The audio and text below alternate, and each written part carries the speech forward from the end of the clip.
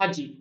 तो आज का जो सेशन होगा वो होगा थोड़ा-सा आंसर राइटिंग पे, जैसे हमने टेलीग्राम पे प्रॉमिस किया था कि इंट्रो एंड कंक्लूजन कैसे लिखना है। देखो अल्टीमेटली आप यहाँ पे क्यों हो? आपको रैंक चाहिए, सीधी-सी बात है, आपको सिलेक्शन चाहिए और सिलेक्शन होगा मार्क्स से, चाहे वो मेंस में मार्क्स हो, चाहे इंटरव्यू में मार्क्स हो। तो जो भी डिस्कशन हम करने जा रहे हैं वो मार्क्स ओरिएंटेड होना चाहिए। हमारी जो सबकॉन्शियस में अल्टीमेटली मार्क्स चलने चाहिए। इंट्रो कैसे लिखना है, कंक्लूजन कैसे लिखना है, ये ओनली मीन्स है। एट द एंड जो एंड है, जो साध्य है, वो क्या है? मार्क्स है। ठीक है, तो शुरू करते हैं बिना देरी किए हुए। आज का जो है इंडेक्स है वो है importance of introduction, then we will see कि कंक्लूजन का क्या इंपॉर्टेंस है। हम क्या है 2021 की कॉपी जा चुकी है, तो उनमें से थोड़ा सा देखेंगे कि क्या सच में मैं सिर्फ अपना ज्ञान आपको बांट रहा हूँ या सच में इंपॉर्टेंस होती है उनकी। एक अच्छा, अब जब इंपॉर्टेंस हमने स्टेब्लिश कर ली कि हाँ भाई फायदा हो रहा है, उसके बाद में हम सीखेंगे कि इंट्रो अच्छा कैसे लिखते हैं। उसके बाद में सीखेंगे कि कंक्लूजन अच्छा कैसे लिखते हैं, और एक दो क्वेश्चन में प्रैक्टिस भी हम करेंगे। ठीक है, तो बिना देरी के हम चलते हैं। देखो भाई, एक थोड़ा सा हमने चेंज किया है। ये जो, मान लो कोई भी आपको अच्छा लगा, कोई भी आपको वीडियो अच्छा लगा, तो उसके आपको पीडीएफ चाहिए होती है, क्योंकि यहाँ पे इसमें मैंने बहुत सारे एग्जांपल्स लिए और प्रीवियस जो 2021 की कॉपीज में अप्लाई करके बताया इंट्रो एंड कंक्लूजन को। तो यदि आपको इसकी पीडीएफ चाहिए तो पहले तो हम पब्लिक कर देते थे, अब थोड़ा सा आपको एफर्ट मारना पड़ेगा, क्योंकि आप इस कंटेंट की वैल्यू करते हैं, तो आपको इसको शेयर करना पड़ेगा। या तो आप व्हाट्सएप पे स्टेटस लगा दो, ठीक है, यहाँ पे इस वीडियो के नीचे शेयर बटन होगा, वहां से लिंक को कॉपी करो और स्टेटस लगा दो आप, ठीक है। तो उससे क्या फायदा होगा? लोगों तक, अच्छे लोगों तक बात पहुंचेगी, अच्छी बात पहुंचेगी। अब देखो सिंपल सी बात है, आपको पीडीएफ क्यों चाहिए? क्योंकि आप वैल्यू करते हो इस कंटेंट की, क्योंकि आपको लगता है कि आपको सिलेक्शन के करीब लेके जाएगी।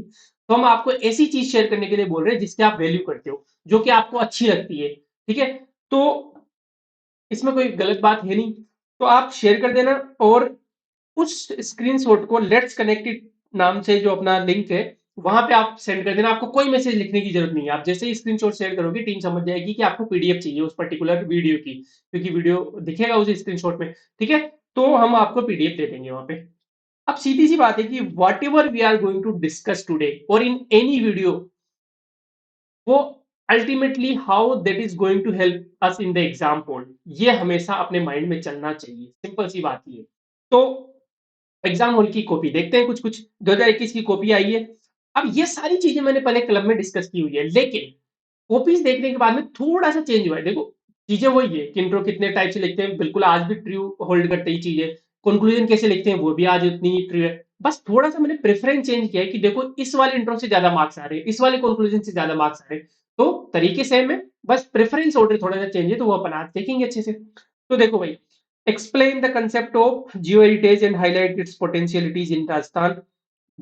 भू धरोहर स्थल की उदाहरणों को स्पष्ट कीजिए और राजस्थान में इसकी संभावना पर प्रकाश डालिए। 2021 का 10 मार्क का क्वेश्चन है। इन्होंने इंट्रो से शुरू किया कि भू धरोहर यूनेस्को द्वारा घोषित किए जाने वाले विशिष्ट एकीकृत, इन्होंने देखो, इन्होंने अच्छे से पढ़ा है, एग्जामिनर ने एक जगह टिक किया, एक जगह क्रॉस किया, और 0.25 इनको इंट्रो में दे दिए। शायद ये यूनेस्को ने गलत लिख दिया था, तो इसके लिए थोड़े से नंबर काट दिए। लेकिन इंट्रो को अच्छे से पढ़ा है, इंट्रो के सामने मार्क्स भी दिए हैं। मतलब इंट्रो की थोड़ी बहुत इंपोर्टेंस तो है एग्जामिनर के माइंड में। आगे चलते थे, जैसे दक्षिणी पूर्व एशिया वाला था, साउथ ईस्ट एशियन कंट्रीज की प्रॉब्लम्स के बारे में था। ठीक है, तो इंट्रो दिया है, साथ में देखो ये डेट नंबर सिर्फ इंट्रो के नहीं है, साथ में डायग्राम भी बनाया, तो वो साथ में ही दे दिया उन्होंने, लेकिन इंट्रो के सामने नंबर दिए हैं। उसके अलावा और भी देखते हैं अपन कि discuss in brief the growth of ideologies of theosophic society. तो उन्होंने बता दिया कि इनहिबिशन के आगमन के पश्चात कैसे कैसे। तो 0.5 मार्क्स इंट्रो के सामने दिए हैं अलग से। देखो, मार्क्स देने के दो तरीके चल रहे हैं। एक तो वो सीधा सीधा पूरे पूरे मार्क्स दे देता है कि जैसे 5 दे दिए 10 में से, एक साथ ही लिख देता है वो। और वो तोड़ तोड़ के लिख देता है। ये रैंडम में मैंने थोड़ा पैटर्न फाइंड आउट करने की कोशिश की, लेकिन मुझे कुछ पैटर्न मिला नहीं। कभी वो तोड़ तोड़ के दे देता है, कभी कभी कोई एग्जाम में एक साथ दे देता है। तो जहां तोड़ तोड़ के दे रहा है, वहां देखा कि इंट्रो कंक्लूजन के सामने मार्क्स है, मतलब अच्छे खासे मार्क्स आप बटोर सकते हो वहां से। ये चार साहित्य में इन्होंने लिखा कि देखो, चार कवियों द्वारा लेखन और शास्त्रीय को अमूल्य निधि और ख्यात और रसों ने ये लिखा, तो 0.5 इनको इंट्रो के सामने मिल गए। और भी जैसे बहुत सारे एग्जाम्पल थे, जैसे इन्होंने 1939 से 1945 में जो द्वितीय शुद्ध था वो लिखा, 0.5 इनको मिल गए। उसके अलावा स्थित प्रज्ञ, ये थोड़ा अलग क्वेश्चन है, 2 मार्क पे, यहाँ पे गलत तरीके से डाल दिया मैंने। और कंक्लूजन में देखिए, जैसे उन्होंने निष्कर्षतः मेरा साध्य संविधान और कानून का पालन करना ही है, परंतु इसके लिए पवित्र नैतिक मूल्यों का युक्त साधनों का प्रयोग करना चाहिए। एक नंबर इनको कंक्लूजन के सामने दे दिया। ठीक वैसे ही एक नंबर इनको कंक्लूजन के सामने दे दिया। मतलब इंट्रो कंक्लूजन का लगभग एक नंबर तो फिक्स है। मतलब एक में से एक मिलेगा नहीं, कभी हो सकता है आपको 0.25 मिले, कभी हो सकता है कि आपको 0.5 मिले, कभी हो सकता है कि आपको 1 भी मिल जाए, वो डिपेंड करता है एग्जामिनर को कैसा लगा आपको इंट्रो कंक्लूजन, लेकिन फायदा देता है। अब देखो सीधी सी बात है, again we are marks oriented people और हम तो बनिए हैं। अल्टीमेटली पेपर 1 में 10 मार्क्स के 7 क्वेश्चन आते हैं, पेपर 2 में 10 मार्क्स के 10 क्वेश्चन आते हैं, पेपर 3 में 10 मार्क्स के 7 क्वेश्चन आते हैं, ठीक है। टोटल यदि हम बात करें इंट्रो कंक्लूजन का एक एक नंबर डिसाइड करें तो टोटल 48 मार्क्स हो जाते हैं। अब इसका मैं ये नहीं बोल रहा कि 48 मार्क्स आएंगे आपको, नहीं नहीं नहीं, मैं ये भी नहीं बोल रहा कि 0.5 भी दे देगा, मैं तो ये बोल रहा हूँ कि आपको 0.25 भी मार्क्स देता है यदि एक इंट्रो में, 0.25 जो कि बड़ी बात नहीं है, तो भी आपके 12 मार्क्स एक्स्ट्रा आ सकते हैं तीनों पेपरों में मिला के। 12 मार्क्स का मतलब समझते हो, आपके 5 साल बचा सकता है, क्योंकि जब तक एसडीएम नहीं मिलेगा तब तक निर्वाण नहीं मिलेगा, आप अटेम्प्ट देते जाओगे। तो 12 मार्क्स आपको एसडीएम से नीचे वाली पोस्ट में खिसका सकते हैं, नीचे वाली पोस्ट से आपको बाहर खिसका सकते हैं।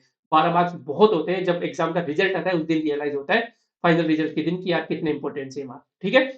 हाँ, 2 मार्कर क्वेश्चन में नहीं लिखना है इंट्रो कंक्लूजन, 5 मार्कर में नहीं लिखना है, 10 मार्कर में लिखना है। 2 एंड 5 में सीधा हिट द बुल्स आए, जो पूछा है वो सीधा सीधा लिखना है, इधर उधर की बातें नहीं लिखनी है। लेकिन 10 में अपन इंट्रो कंक्लूजन, हाँ 10 में भी इंपॉर्टेंट वही रेलिवेंट ही लिखना है, ऐसा नहीं कि कुछ भी लिख रहे हैं, हाईली रेलिवेंट इंट्रो। अब अपन देखते हैं कि अ, कैसा होगा इंट्रो कंक्लूजन। उससे पहले मैं बता देता हूँ कि जैसे मैं क्या कर रहा हूँ, ये आंसर राइटिंग सीरीज 4 या 5 वीडियो आएंगे, ये फर्स्ट वीडियो इंट्रो कंक्लूजन पे, फिर एक आएगा कि बॉडी में मैक्सिमम कैसे पॉइंट लिखे, क्योंकि लोगों की प्रॉब्लम होती है कि 5-6 पॉइंट पे अटक जाते हैं, 7-8 पॉइंट पे। कैसे 10 मार्क का क्वेश्चन में 10-12 पॉइंट्स बनाए, क्योंकि साइकोलॉजिकली 10-12 पॉइंट में ज्यादा मार्क्स मिलेंगे आपको, ये पूरा कॉपीज में भी देखा गया है।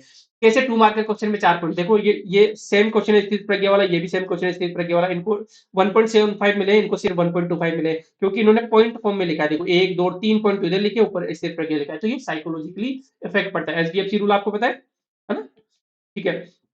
उसके अलावा देखो इन्होंने डायग्राम बनाए, इनको 3 मार्क्स मिले।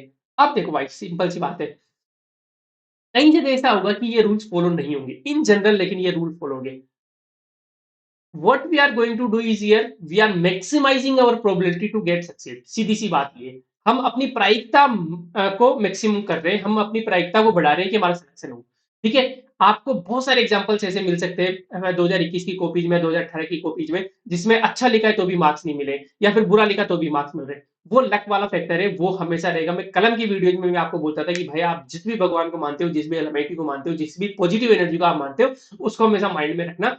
लेकिन चाहे आप माखन चोर, चाहे जीसस, चाहे शिव, कोई भी आपके वाहे गुरु जी, मक्का मदीना, किसी को भी आप जैन धर्म से हो, किसी को भी मानते हो, तो उनको हमेशा जैन में रखना, ठीक है। आप नास्तिक हो तो आप जो भी डेस्टिनी में बिलीव करते हो, तो पॉजिटिव एनर्जी में बिलीव करते हो, तो उनको आप मानना। ये चीजें फर्क डालती है, लक का फैक्टर होता है, ये मैं मानता हूं। लेकिन लेकिन पहली बात तो लक कहाँ नहीं होता, ये बताओ। लक हर जगह होता है, लक का रोना नहीं रो सकते हम। एक ऐसा सेक्टर बता दो जिसमें लक नहीं होता। पॉलिटिक्स में खूब लक होता है, भजन लाल जी को सुबह तक नहीं पता था कि वो सीएम बनेंगे। बहुत सारे दिग्गज बैठे हुए थे यहाँ पे कि सीएम की दौड़ में, उनको आज थी पूरी पूरी की वो सीएम बनेंगे दूसरे लोगों को, लेकिन भजन लाल जी को नहीं पता था, बन गए। लक का फैक्टर होता है, हर जगह होता है। कल परसों राज्यसभा का इलेक्शन होता है हिमाचल प्रदेश में, क्या हुआ, अभिषेक मनु सिंघवी जी पर्ची से हार गए यार। बराबर पहले तो उनको क्रॉस वोटिंग हो गई कांग्रेस के एमएलए की। उसके बाद में क्या हुआ, क्रॉस वोटिंग के बाद में इक्वल वोट मिल गए, चौथी चौथी। फिर पर्ची निकाली गई, पर्ची निकालने में वो उनको राज्यसभा सीट नहीं मिली। सोचो राज्यसभा सीट कितनी बबड़ी बात होती है यार, एसडीएम तो बहुत छोटी पोस्ट हो गई ना राज्यसभा सीट के आगे। एक आदमी पर्ची से राज्यसभा की सीट हार रहा है, तो रोना नहीं है लक का, ये हर जगह है।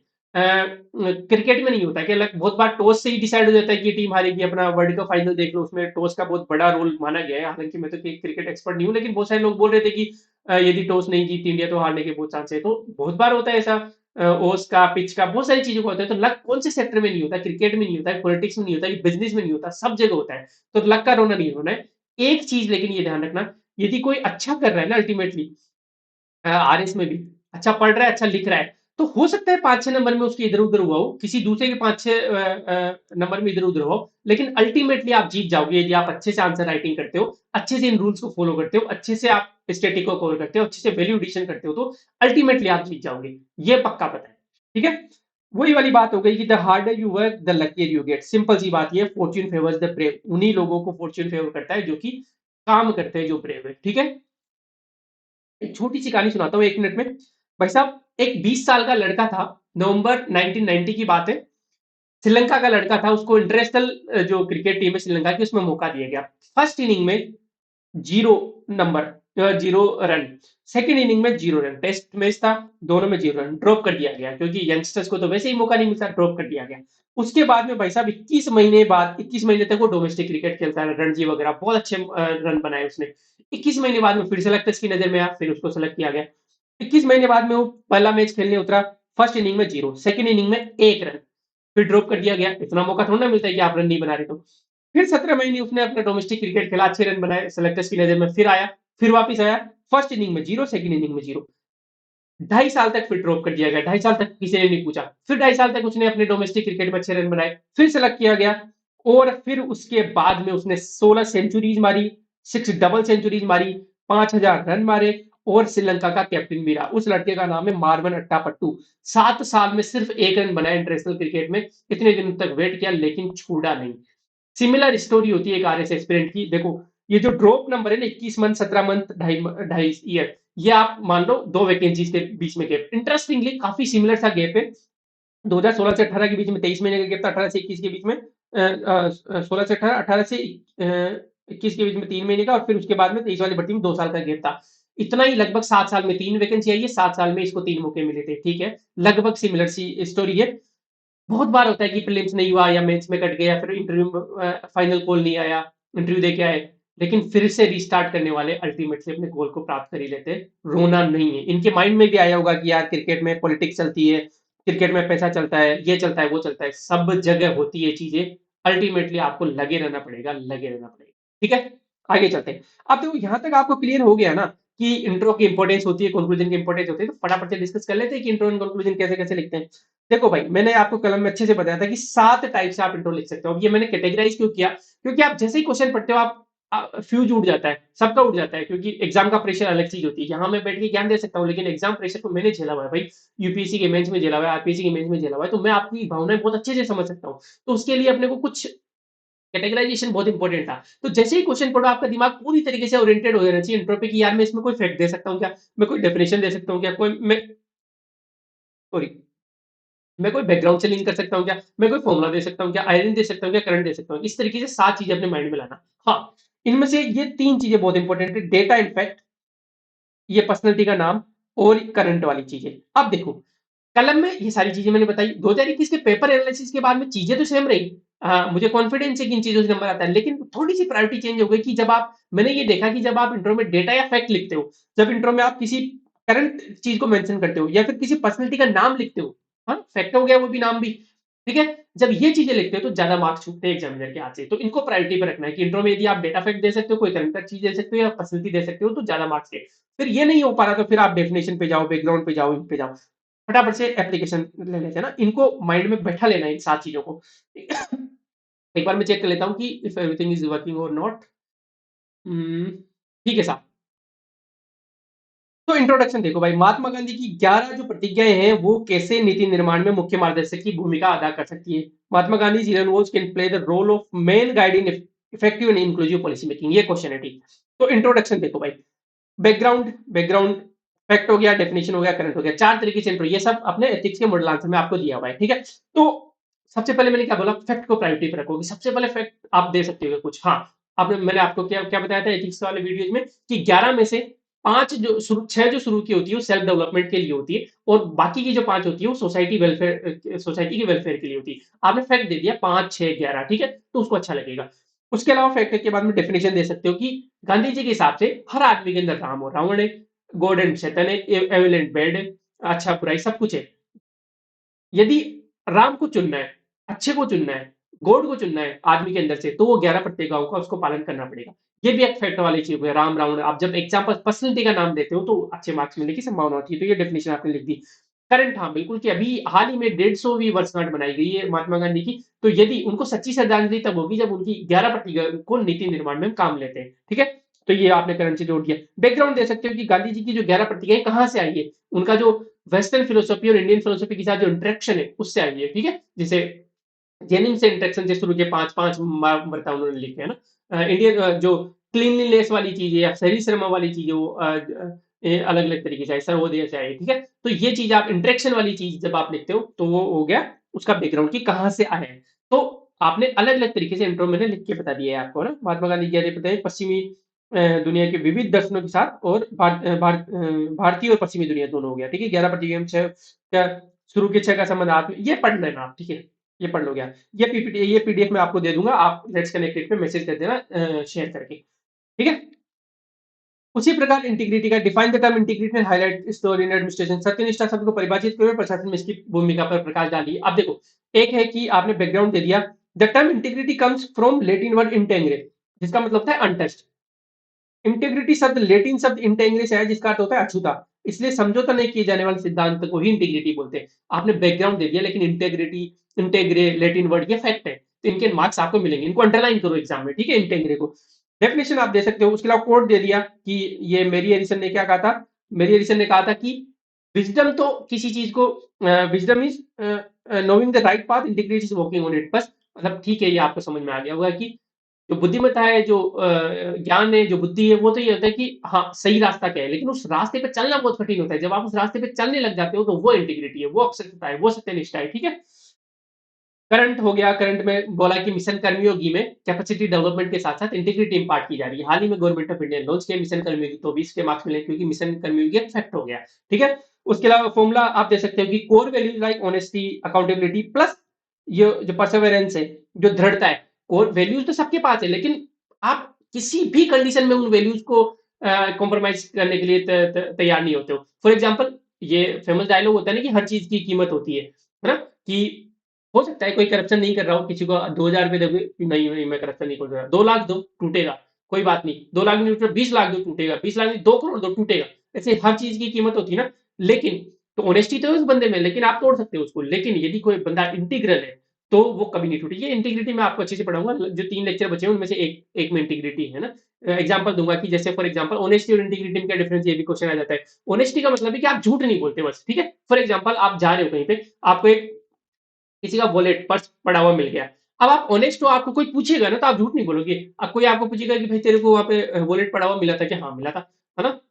आप ऑनेस्ट हो, ठीक है? लेकिन इंटीग्रिटी का मतलब है कि आप एक्टिवली उसके जो ओनर है पर्स के, उसको ढूंढने की कोशिश कर रहे हो। आपने सोशल मीडिया पे फोटो खींच के डाल दिया, टेलीग्राम पे डाल दिया कि यार ये कोई कोई पर्स मिला था, उसमें से आपने देखा कि उसमें कोई इसके कॉन्टेक्ट नंबर मिल जाए क्या, है ना? आप एक्टिवली अपने प्रिंसिपल्स को अप्लाई कर रहे हो, तो तब आप इंटीग्रल हो, तब आप सत्यनिष्ठ आदमी हो, है ना? ऑनेस्टी और इंटीग्रिटी में डिफरेंस होता है। तो ये पढ़ेंगे अपन अच्छे से इस तरीके से। भगवत गीता में जो वर्णित जो दर्शन है, उसका उपयोग आधुनिक समस्याओं को हल करने के लिए किया जा सकता है। तो ये मैंने आपको बताया था अच्छे से। फैक्ट क्या दे सकते हैं कि आपने समराइज कर दिया कि गीता भाई जो महाभारत के जो 18 पर्व है, उसमें जो भीष्म पर्व का पार्ट है, और इसमें 18 चैप्टर और 700 श्लोक है। फैक्ट दे दिए, इतने सारे फैक्ट दे दिए आपने, बैकग्राउंड के साथ लिंक कर दिया कि गीता है क्या। उसके अलावा आपने करंट से की, हाल ही में ऋषि सुनक साहब ने गीता की शपथ ली। ये गीता की इंपोर्टेंस को बताता है। तो करंट ऋषि सुनक साहब को अंडरलाइन करो आप वहां पे, ठीक है? कोड दे दिया आपने वॉरेन हेस्टिंग, आइडेंटिटी दे दी कि एक तरफ हम एआई बायोटेक्नोलॉजी एमएल पे काम कर रहे हैं, दूसरी तरफ कोटा में हमारे बच्चे सुसाइड कर रहे हैं। क्योंकि क्वेश्चन ये कि मॉडर्न डे प्रॉब्लम्स को, one of the modern day problem is suicide in Kota. हमारे जो स्टूडेंट्स हैं, जो हमारे बच्चे हैं, वो डे टू डे क्राइसिस से नहीं निपट पा रहे, ठीक है? तो उसके लिए गीता का हो सकता है। तो ये तो सब एथिक्स के एग्जांपल हो गए। क्या हम जीएस में भी ले सकते हैं? बाकी पेपर से बिल्कुल ले सकते हैं। जैसे फॉर एग्जांपल, एक दूसरे की सफलता बेहतर प्रशासन के लिए सीख देती है, पिछले साल का क्वेश्चन है। Sorry, teacher success teacher lesson for the better governance. अब देखो, इसमें स्वामी विवेकानंद का कोट क्या लग गया कि एक कोई भी जो पक्षी है, एक पंख से नहीं उड़ सकता। मतलब एक दूसरे की सफलता, एक दूसरे का सहयोग बहुत जरूरी होता है। It is impossible for a bird to fly on only on one wing, ठीक है?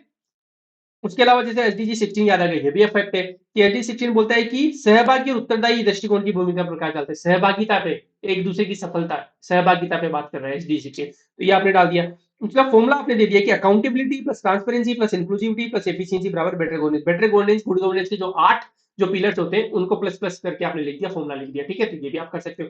तो फॉर्मूला लिख दिया आपने, आपने एसडीजी यूज कर लिया, आपने कोड यूज कर लिया, आप ये एग्जांपल दे सकते हो, केरला का मॉडल ऑफ गवर्नेंस का एग्जांपल दे दिया, ठीक है? तो इस तरीके से आप डेफिनेशन लिख दिया आपने कि बेटर गवर्नेंस होती क्या है, कि governance in element with elements like accountability, transparency, responsiveness, जवाबदेही, पारदर्शिता, ये सब वाली को बेटर गवर्नेंस बोलते हैं, गुड गवर्नेंस बोलते हैं, ठीक है? तो इस तरीके से आप कर सकते हो। आइडेंटिटी दे सकते हो कि एक तरफ तो इंडिया में 70% budget revenue expenditure welfare scheme पे, दूसरी तरफ 250 मिलियन लोगों को बेसिक नीड्स भी प्रोवाइड नहीं हो पा रही। आइडेंटिटी दे दिया आपने। तो कर सकते हो, ये वाली चीज सोचना सीखो बस। कर कंटेंट आपके पास पड़ा है, बस आपको डायरेक्शन की जरूरत है, छोटी सी डायरेक्शन की, ठीक है? ठीक वैसे ही जैसे 7 तरीके से कंक्लूजन लिख सकते थे, वैसे ही 6 तरीके से सॉरी 7 तरीके से इंट्रो लिख सकते थे, वैसे ही 6 तरीके से कंक्लूजन लिख सकते हैं। अब एक बात बताओ आप, मैंने देखो यहाँ पे कलम में यहाँ पे बस इतना सा डिफरेंस है कि मैंने प्रायोरिटाइज कर दिया कि ये जो 3 है ना, स्लोगन एंड कोड, स्कीम और इनिशिएटिव और टारगेट वाला, ये तीनों इंपॉर्टेंट है। पहले इनको प्रायोरिटी पे रखना, जब ये नहीं आए तो फिर बाकी पे सोचना। छठो याद रखने, लेकिन जैसे for example slogan and code में नंबर मिल रहे हैं, जैसे यतनारिस्तु पूज्यते रमन्ते तत्र देवता, माँ गदा कस्यस्मिद्रम, शीलम परम भूषणम, सर्वे भवन्तु सुखिनः, सर्व वसुदेव कुटुंबकम, ये सारे स्लोगन है ना, ये सब काम आते हैं। जैसे सबका साथ सबका विकास, ये जब आप कंक्लूजन में डालते हो तो नंबर देता है वो। उसके अलावा आप स्कीम या इनिशिएटिव लिख सकते हो, कोई भी स्कीम इनिशिएटिव। अभी मैं अप्लाई करके बताऊंगा। कोई भी टारगेट लिख सकते हो, जैसे इकोनॉमी का क्वेश्चन तो 5 ट्रिलियन इकोनॉमी का टारगेट हो गया। विश्व गुरु बनाना है हमें, जगत गुरु बनाना है, डेवलप नेशन बनाना है 2047 तक, 2030 तक एसडीजी के गोल को पूरा करना है। ये सब टारगेट्स है ना, किसी पॉलिसी के टारगेट आप लिख सकते हो। इस तरीके से लिख सकते हो। फॉर एग्जाम्पल, प्रशासनिक जीवन में मूल्य की प्रासंगिकता को समझाइए। Explain the relevance of values in administrative life. अब कैसे, अब सोचो आप, कंक्लूजन सोच रहे हो आप, है ना। तो जैसे हो गया स्लोगन एंड टारगेट। तो टारगेट क्या है कि 2047 तक हमें विश्व गुरु बनना है। तो यदि विश्व गुरु बनना है तो ये जो एडमिनिस्ट्रेटर है, जो कि स्टील फ्रेम बोला जाता है इंडिया का, उनको ये सब मूल्य अपनाने के लिए अपनाने की बहुत ज्यादा जरूरत है। तो लिख दिया कि 2047 तक बात को सच्चा विश्व गुरु बनाने के लिए बात को स्टील फ्रेम होने के नाते प्रशासकों में प्रयुक्त उपयुक्त मूल्य होने चाहिए। ठीक है। ठीक है। उसके अलावा the above mentioned values in administration of Amrit Kaal के लिए, वो स्लोगन वाली बात हो गई कि जो जितने भी ऊपर जो मेंशन वैल्यूज है, भारत को अमृतकाल में प्रवेश करने और उसको बनाए रखने के लिए सुचारू रूप से ये सब वैल्यू जरूरी है। उसके अलावा स्कीम इनिशिएटिव लिख सकते हो, मिशन कर्मयोगी में ये सब वैल्यूज इंपार्ट करने की बात की गई है। ठीक है। उसके अलावा इंट्रो के साथ लिंक कर सकते हो। इंट्रो में सेकंड एआरसी और नोलन की बात हुई थी, और यहाँ पे पूछा है कि एग्जाम्पल्स दो। तो कंक्लूजन में मैंने बता दिया कि ये सब जो एग्जाम्पल्स ऊपर दिए गए बहुत सारे, जैसे पोमातोड़ो मैम हो गया, पी नरहरि सर हो गया, जेके सोनी सर हो गया, सुरेंद्र सोलंकी सर हो गया, ये आरती डोगरा मैम हो गई, आर्मस्ट्रॉन्ग मैम हो गए, अशोक खेमका हो गए, अपने ये क्या नाम है इनका, दुर्गा शक्ति नागपाल हो गए। बहुत सारे एग्जाम्पल मैंने वहां पे दिए हुए हैं ना। एपीजे अब्दुल कलाम हो गए, किरण बेदी हो गए, सब प्रशासक जितने भी प्रशासक रहे हुए, इन सब ने इन मूल्यों को अपनाया है। तो ये असली में मार्गदर्शक है आने वाली पीढ़ी के लिए, ऐसा आप कंक्लूजन लिख सकते हो ना।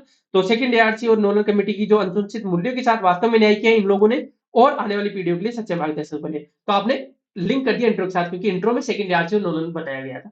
ठीक है। इंटर सब्जेक्ट लिंक, अब देखो इंटर सब्जेक्ट लिंक थोड़ा सा टफ होता है सोचना, और आरपीसी देखो यूपीसी में तो बहुत अच्छे से काम करता है, लेकिन आरपीसी में उतना मैच कर नहीं पाता। आप कोशिश करो स्लोगन, स्कीम और टारगेट, इन पे फोकस करो कंक्लूजन पे। फिर नहीं बैठे तो आप इंटर सब्जेक्ट लिंक कर सकते हो। जैसे यहाँ पे इंटर सब्जेक्ट लिंक लिखा कि changing nature of the economy, economy बहुत फास्ट चेंज हो रही है और लोगों के एक्सप्रेशन भी चेंज हो रहे हैं, है ना। तो न्यू पब्लिक एडमिनिस्ट्रेशन आ रहा है, तो इसके लिए, इसके साथ कोप अप करने के लिए ये वैल्यूज इंपार्ट करना बहुत जरूरी है। लोगों के यूथ के एस्पिरेशन बहुत चेंज हो गए। तो आपने पबेड से लिंक कर दिया, आपने इकोनॉमी से लिंक कर दिया, स्टूडेंट से लिंक भी आप कर सकते हो। लेकिन ठीक है, ये लास्ट ऑप्शन है, आपको फोकस उन 3 पे ही करना है कंक्लूजन के लिए। ठीक है।